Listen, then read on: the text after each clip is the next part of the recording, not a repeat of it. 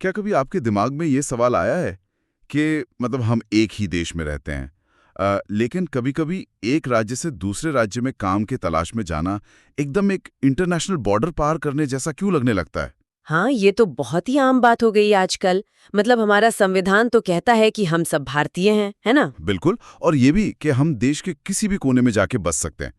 लेकिन दूसरी तरफ हम न्यूज़ में देखते हैं कि कहीं बाहरी लोगों के खिलाफ हिंसक प्रदर्शन हो रहे हैं, या फिर कहीं दो राज्यों के बीच पानी की एक-एक बूंद के लिए दशकों से केस चल रहे हैं। और प्राइवेट नौकरियों में भी तो देखिए ना, सिर्फ स्थानीय लोगों के लिए आरक्षण की लगातार मांग उठ रही है। एकदम सही कहा आपने। तो ऐसा लगता है कि एक ही देश का हिस्सा होते हुए भी हर कोई अपनी एक अलग पहचान, अपना एक अलग और सुरक्षित दायरा बनाना चाहता है। तो आज की इस गहन चर्चा में हम इसी जटिल पहेली को सुलझाने वाले हैं। बिल्कुल। हम इस विस्तृत विश्लेषण के जरिए भारत जैसी विशाल और विविधताओं से भरी भूमि में जो क्षेत्रवाद है, जिसे हम रीजनलिज्म कहते हैं, हाँ। उसकी जड़ों को समझेंगे। और मैं ये कहूंगी कि ये समझना इसलिए भी बहुत जरूरी है क्योंकि ये कोई किताबी राजनीति नहीं है। मतलब ये सीधे तौर पर हमारे रोजगार, हमारे संसाधनों और हमारे समाज के ताने बाने को प्रभावित करता है। बिल्कुल करता है। आज हम जिस स्रोत पर बात कर रहे हैं वो इस क्षेत्रवाद के इतिहास और इसके अलग अलग चेहरों को काफी गहराई से खोलता है। हम अक्सर ये मान लेते हैं कि क्षेत्रीय पहचान की बात करना मतलब हमेशा देश को बांटने वाला कदम है, लेकिन क्या सच में ऐसा है? और यही आज का हमारा सबसे बड़ा मिशन है। मतलब हमें ये डिकोड करना है कि क्या क्षेत्रवाद हमेशा राष्ट्रीय एकता के लिए एक टाइम बॉम्ब है, या फिर एक स्वस्थ लोकतंत्र में ये अपने अधिकारों को बचाने का एक स्वाभाविक तरीका है। हाँ, ये एक बहुत बड़ा सवाल है। तो चलिए इसे बिल्कुल जीरो से समझते हैं। सबसे पहले तो ये क्षेत्रवाद आखिर है क्या? अगर इसे बहुत आसान भाषा में कहें तो ये एक विशेष भौगोलिक क्षेत्र के लोगों की एक साझा पहचान है। हाँ, जो भाषा, संस्कृति या इतिहास पर आधारित हो सकती है। बिल्कुल। और इसी पहचान के जरिए वे अपने लिए ज्यादा राजनीतिक पार या स्वायत्तता मांगते हैं। मैं इसे कुछ इस तरह से देखता हूँ।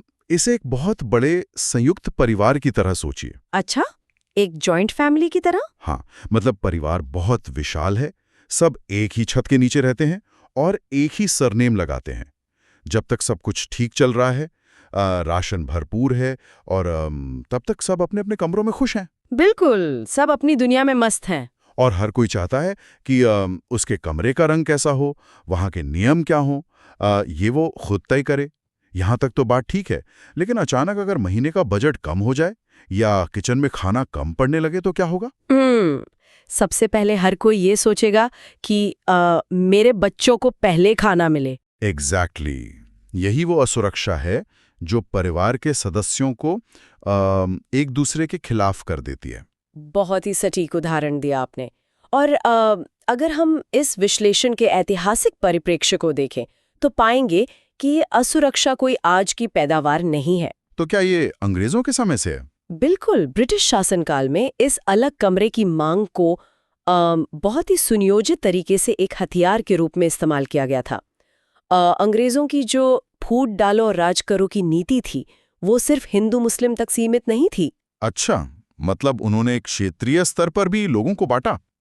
ये कैसे काम करता था? देखिए, अंग्रेजों ने प्रशासनिक सहूलियत और अपने फायदे के लिए मनमाने ढंग से राज्यों की सीमाएं तय की। उन्होंने जानबूझकर ऐसी आर्थिक नीतियां बनाई जिनसे कुछ खास इलाकों में, जैसे बंदरगांव वाले शहरों में, तो खूब पैसा आया। हाँ, जैसे बॉम्बे या कलकत्ता हो गया। एकदम सही।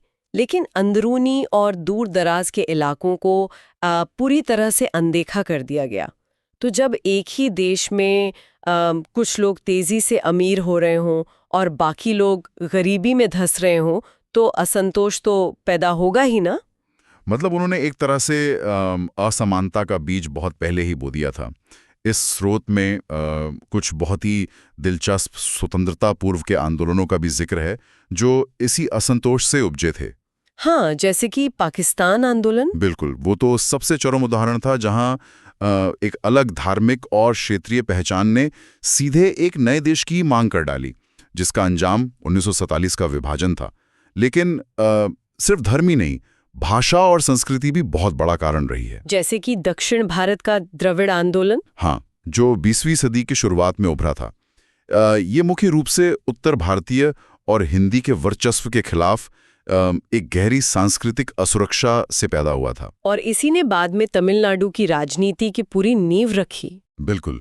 या फिर पंजाब सूबा आंदोलन को ही ले लीजिए, जहां विशुद्ध रूप से भाषा के आधार पर एक अलग सिख बहुल राज्य की मांग उठी थी। और आज़ादी के बाद हमारे संविधान निर्माताओं को इस बात का बहुत अच्छे से एहसास था कि भारत जैसी विविधता को किसी एक सांचे में जबरदस्ती नहीं ढाला जा सकता। इसीलिए उन्होंने भारत को एक राज्यों का संघ बनाया, जिसे हम यूनियन ऑफ स्टेट्स कहते हैं। हाँ, लेकिन आज़ादी मिलने का मतलब ये तो नहीं था ना कि रातों रात विकास हर जगह एक समान हो गया।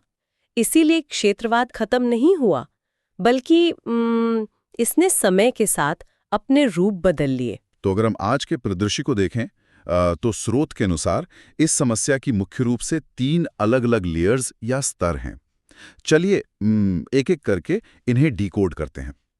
पहला है अति राज्य क्षेत्रवाद, जिसे सुप्रा स्टेट रीजनलिज्म भी कहते हैं। हाँ, ये बहुत दिलचस्प है। मतलब मेरी समझ से ये एक तरह का गठबंधन बनाने जैसा है, जहां कई राज्य अपनी आपसी सीमाएं भूलकर किसी एक बड़े मुद्दे पर साथ आ जाते हैं। एकदम सही कहा आपने। और स्रोत में इसका सबसे बेहतरीन और ताज़ा उदाहरण दिया गया है 15वें वित्त आयोग के खिलाफ दक्षिण भारतीय राज्यों का एकजुट होना। अच्छा, इसे थोड़ा विस्तार से समझते हैं। ये 15वें वित्त आयोग वाला विवाद आखिर था क्या? देखिए, वित्त आयोग का काम होता है केंद्र सरकार के टैक्स के पैसे को राज्यों के बीच बांटना। अब 15वें वित्त आयोग ने इस बंटवारे के लिए 2011 की जनसंख्या के आंकड़ों का इस्तेमाल करने का फैसला किया। ओके, तो इसमें दिक्कत क्या थी?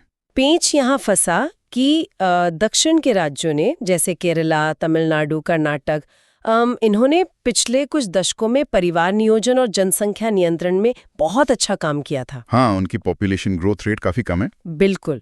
वहीं उत्तर के राज्यों में जनसंख्या तेजी से बढ़ी थी। ओहो, मतलब दक्षिण के राज्यों को लगा कि उन्हें अपनी जनसंख्या कंट्रोल करने की सजा मिल रही है। एग्जैक्टली। क्योंकि आबादी कम होने का सीधा मतलब है कि टैक्स के पैसे में से उन्हें कम हिस्सा मिलेगा। जूद उनके संसाधनों को उन राज्यों में भेजा जा रहा है जिन्होंने जनसंख्या पर नियंत्रण नहीं किया। इस आर्थिक असुरक्षा ने ही दक्षिण के इन राज्यों को एक सुप्रा स्टेट समूह के रूप में केंद्र के खिलाफ खड़ा कर दिया। ये तो हो गई केंद्र बनाम राज्यों के समूह के बाद। अब दूसरी लेयर पर आते हैं, अंतरराज्यीय क्षेत्रवाद यानी इंटर स्टेट रीजनलिज्म। इसमें 2 राज्य सीधे तौर पर एक दूसरे से भिड़ जाते हैं। और इसका सबसे बड़ा कारण हमेशा संसाधन ही होता है। हाँ, जैसे कि कावेरी नदी के पानी को लेकर कर्नाटक और तमिलनाडु के बीच का दशकों पुराना विवाद। क्योंकि देखिए, नदियाँ कोई राजनीतिक नक्शे तो पढ़ती नहीं है, वे अपना रास्ता खुद तय करती हैं। लेकिन जब दोनों राज्यों के लाखों के सालों की खेती और शहरों की प्यास उसी एक नदी पर निर्भर हो और बारिश कम हो जाए, तो क्या होगा? तब पानी सिर्फ पानी नहीं रहता। बिल्कुल, वो पानी सिर्फ एक प्राकृतिक संसाधन नहीं रह जाता, वो क्षेत्रीय अस्मिता और जीवन मरण का सवाल बन जाता है।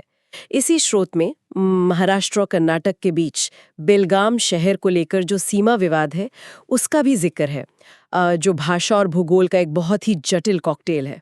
लेकिन इन सबसे ज्यादा पेचीदा मुझे तीसरी लेयर लगती है, राज्यांतर्गत क्षेत्रवाद या इंट्रा स्टेट रीजनलिज्म। अगर 2 पड़ोसी राज्य आपस में लड़ रहे हैं वो तो फिर भी समझ आता है, लेकिन एक ही राज्य के अंदर की खींचतान, ये थोड़ा हैरान करने वाला लगता है शुरू में। मतलब ये तो ऐसा है जैसे शरीर के ही 2 अंग आपस में लड़ रहे हों। ऐसा क्यों होता है कि एक ही भाषा और संस्कृति होने के बावजूद, जैसे कि आंध्र प्रदेश में तेलंगाना को अलग होना पड़ा? इसका जवाब भी असमान विकास में ही छिपा है। तेलंगाना का मामला पूरी तरह से आर्थिक उपेक्षा और संसाधनों के बंटवारे का था। मतलब वहां के लोगों को विकास से दूर रखा गया। हाँ, तेलंगाना के लोगों को लंबे समय तक ये महसूस कराया गया कि आंध्र प्रदेश के तटीय इलाकों के लोग ज्यादा समृद्ध हैं और सत्ता तथा नौकरियों पर उन्हीं का कब्जा है। अच्छा। जब एक ही राज्य के भीतर एक बड़े हिस्से को लगता है कि उसे जानबूझकर पीछे रखा जा रहा है, तो भाषा एक होने के बावजूद अलग राज्य की मांग उठ खड़ी होती है। और यहीं से बात एक बहुत ही संवेदनशील और ज्वलंत मुद्दे की तरफ मुड़ती है, जिसे भूमिपुत्र या सन्स ऑफ द सॉइल का सिद्धांत कहा जाता है। हाँ, ये आज के समय का सबसे बड़ा मुद्दा है। ये एक ऐसा विचार है जो कहता है कि किसी जमीन पर पैदा होने वाले व्यक्ति का वहां के संसाधनों, शिक्षा और नौकरियों पर पहला और विशेष अधिकार है। और ये सिद्धांत विशेष रूप से उन बड़े शहरों में आग की तरह फैलता है जहां शिक्षा और रोजगार के लिए प्रवासियों और स्थानीय युवाओं के बीच बहुत कड़ी प्रतिस्पर्धा होती है। मुंबई, दिल्ली या बेंगलोर जैसे शहर इसके साफ उदाहरण हैं। अगर हम इसकी कुछ जमीनी उदाहरण देखें तो महाराष्ट्र में मनसे का आंदोलन, जो विशेष रूप से महाराष्ट्रियन लोगों के लिए नौकरियों की वकालत करता है, या कर्नाटक में स्थानीय लोगों के लिए प्राइवेट नौकरियों में आरक्षण के जो ताज़ा प्रस्ताव आते रहते हैं, वे सब इसी भूमिपुत्र की भावना से निकलते हैं। बिल्कुल। और आपको जानकर हैरानी होगी कि आंध्र प्रदेश में तो इसके लिए बाकायदा संविधान में अनुच्छेद 371D तक जोड़ा गया था। वे सच में संविधान में ही संशोधन कर दिया गया? हाँ, अनुच्छेद 371D एक बहुत ही महत्वपूर्ण संवैधानिक उपकरण है। 1970 के दशक में जब वहाँ मुल्की नियमों को लेकर भारी बवाल हुआ था, तो केंद्र सरकार को ये संशोधन लाना पड़ा था। तो इसका मुख्य उद्देश्य क्या था? इसका उद्देश्य यह सुनिश्चित करना था कि राज्य के अलग-अलग हिस्सों के लोगों को शिक्षा और सरकारी नौकरियों में समान अवसर मिले, ताकि स्थानीय निवासियों को ये ना लगे कि बाहर से आकर कोई उनका हक मार रहा है। लेकिन मुझे यहाँ एक बहुत बड़ा विरोधाभास नजर आ रहा है। मतलब एक तरफ हमारा संविधान विशेष रूप से अनुच्छेद 19 भारत के सभी नागरिकों को देश भर में कहीं भी स्वतंत्र रूप से घूमने, काम करने और बसने का मौलिक अधिकार देता है। हाँ, बिल्कुल देता है। तो फिर ये भूमिपुत्र की राजनीति या नौकरियों में 70-80% स्थानीय आरक्षण की मांग, क्या ये सीधे तौर पर असंवैधानिक नहीं है? मतलब क्या ये लोगों को अवसर से सिर्फ इसलिए वंचित नहीं कर रही क्योंकि उनका जन्म 100 किलोमीटर दूर किसी और राज्य में हुआ है? ये एक बहुत ही वैलिड पॉइंट है। मुझे तो लगता है कि ये अहम बनाम वे की एक बहुत ही खतरनाक खाई खोद रहा है। देखिए, कानूनी और संवैधानिक नजरिए से आपकी बात बिल्कुल 100% सही है।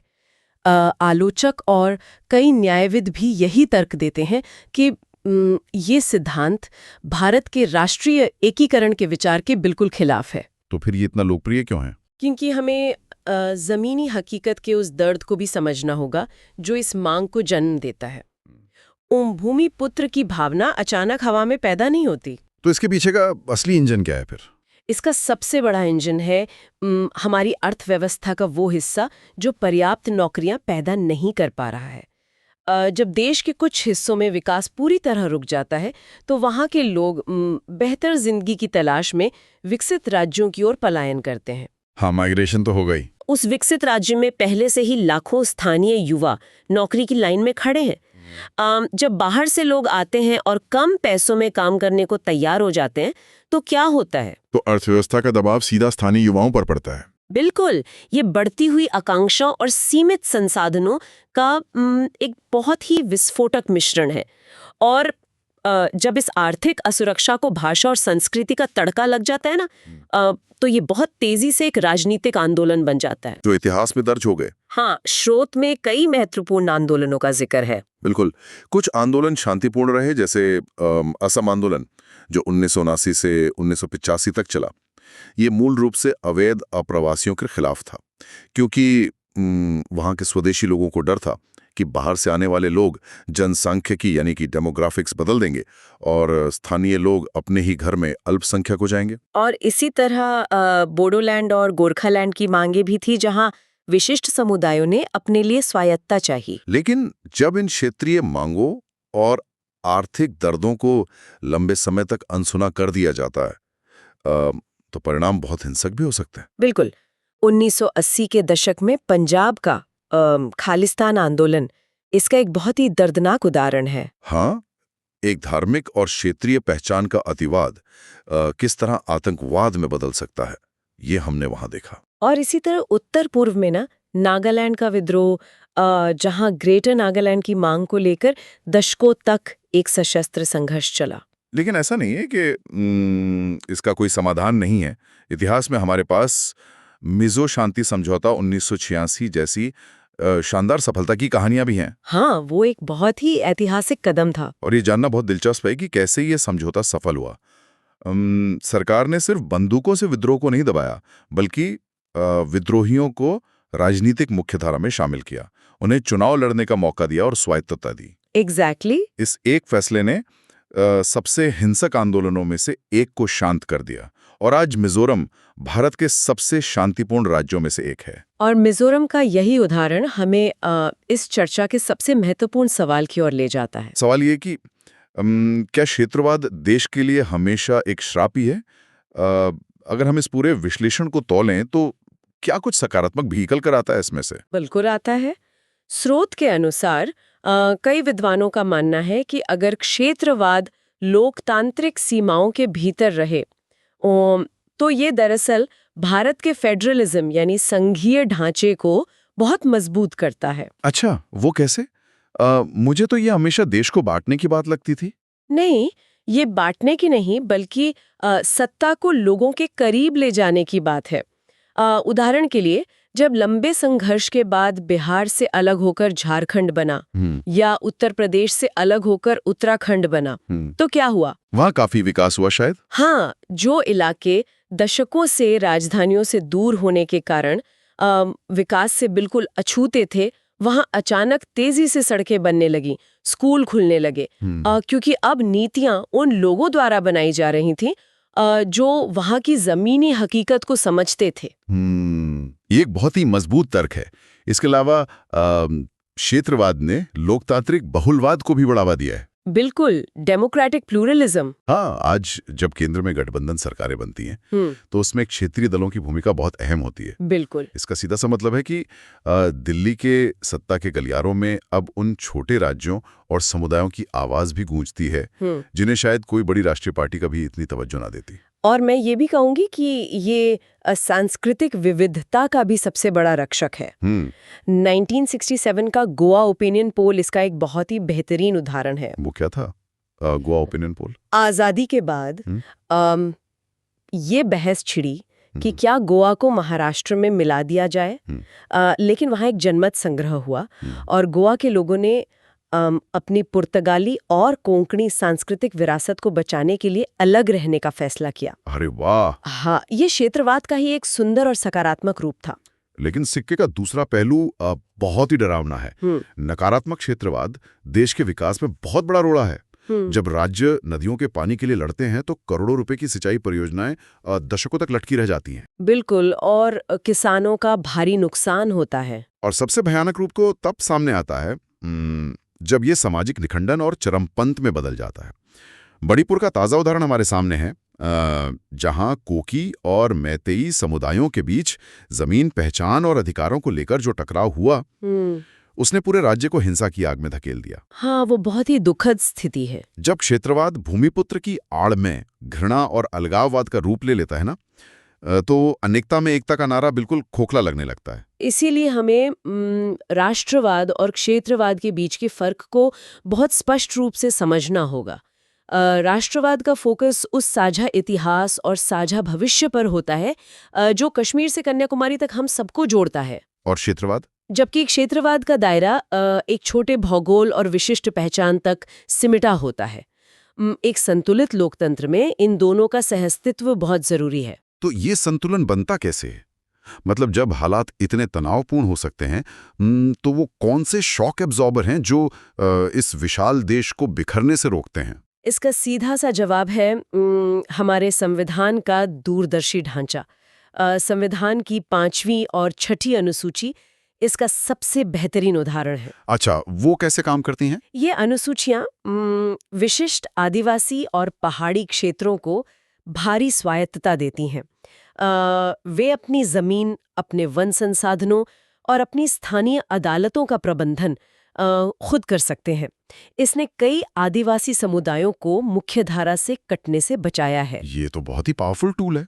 इसके अलावा 73वें और 74वें संशोधन ने पंचायतों और नगर पालिकाओं को ताकत देकर सत्ता को बिल्कुल गांव के स्तर तक पहुंचा दिया। और मुझे लगता है आर्थिक स्तर पर भी नीतियों में बदलाव बहुत जरूरी हैं।